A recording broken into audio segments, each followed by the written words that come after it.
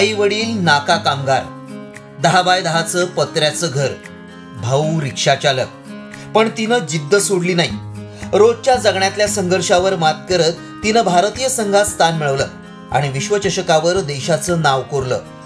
ही कहाणी आहे बदलापूरची खो-खोपटू रेश्मा राठोडची. रेश्मा राठोड खो-खो विश्वचषक विजेत्या भारतीय महिला संघाची खेळाडू.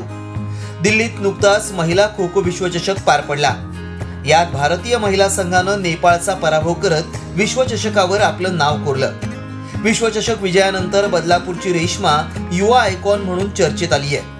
मात्र विश्वचषक विजेत्या संघातील रेश्माचा प्रवास नक्कीच सोपा नव्हता.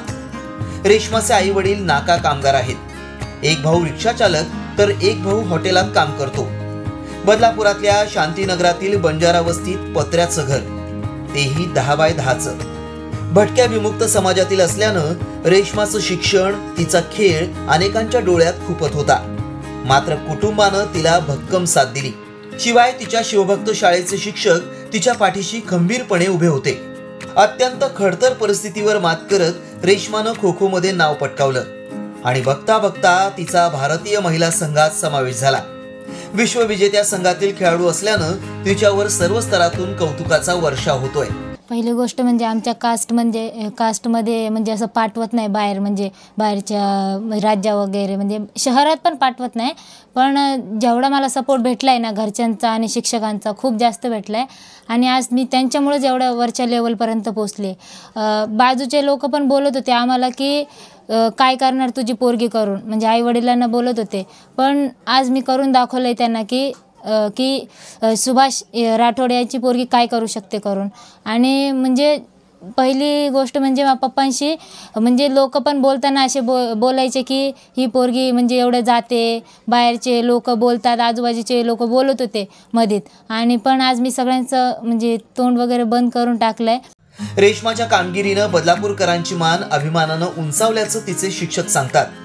याही पुढे तिने अशाच प्रकारे चांगली कामगिरी करत बदलापूरचं नाव पुढे न्यावं आणि देशाचा नावलौकिक वाढवावा अशी अपेक्षा त्यांनी व्यक्त केली आहे. रेश्माच्या खो-खो खेळाची सुरुवात 2013-14 पासून सुरू झाली आणि सतत 10 वर्ष तिने मेहनत करून, प्रतिकूल परिस्थितीसुद्धा मेहनत करून हे संपादन जे आहे ते 2024 पर्यंत केलेलं आहे. आपल्या बदलापूरमध्ये म्हणजे बदलापूरला खो-खोची पंढरी म्हणतात. ती खो-खोची पंढरी काय आहे ती रेश्मानी आपल्या या भारताला दाखवून दिलेलं आहे. आणि तिने पूर्ण भारताचा झेंडा जो आहे तो या इंटरनॅशनल स्तरावरती दाखवून दिलेला आहे. यश मिळवण्यासाठी जवळजवळ 13 ते 14 वर्षाचा तिचा खडतर प्रवास आज बदलापूरकरांना त्याची जाणीव व्हावी म्हणून यासाठी आम्ही प्रयत्नशील आहोत. इयत्ता 5वीपासून तिने खो-खो खेळायला सुरुवात केली आणि हे सुरुवात केल्यानंतर म्हणजे आपण बोलतो का मुलगी असल्यानंतर बराच समाजाचा विरोध असतो, पण आई वडील शिक्षक सर्व तिच्या पाठीशी उभे राहिले आणि तिने आपल्या खेळाची चुणूक लहानपणापासून दाखवायला सुरुवात केली. आणि या सर्व गोष्टी घडत असताना किंवा करत असताना तिच्या पाठीशी भक्कम त्या ठिकाणी तिचा परिवार उभा राहिलेला होता. आमच्या शाळेचे मुख्याध्यापक सन्माननीय म्हात्रे सर त्यावेळेस त्या ठिकाणी होते. त्याच्यानंतर आता ते आमदार आहेत. आता शाळेचे मुख्याध्यापक सन्माननीय मस्कर सर आहेत. हे सर्वांच्या मार्गदर्शनाखाली आम्ही त्या मुलीला घडवण्याचा खरोखर म्हणजे योग्य तो प्रयत्न केला आणि त्यात आम्हाला यश आलं. पण हे सर्व या ठिकाणी यश जे आहे हे यश तिच्या मेहनतीचं आहे. परिस्थिती कशीही असो, जिद्द आणि कठोर परिश्रम घेण्याची तयारी असेल तर काहीही अशक्य नाही हे रेश्मानं दाखवून दिलंय. कुटुंबियांनी दाखवलेला विश्वास सार्थकी लावत तिनं अभिमानास्पद कामगिरी केली आहे.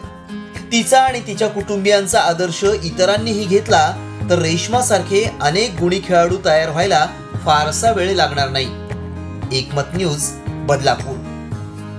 डिजिटल बातमीदारीच्या युगात अल्पावधीतच नावारूपाला आलेल्या आणि लाखो प्रेक्षकांच्या पसंतीस उतरलेल्या एकमत न्यूज चॅनलला इंस्टाग्राम आणि फेसबुकवर फॉलो करा.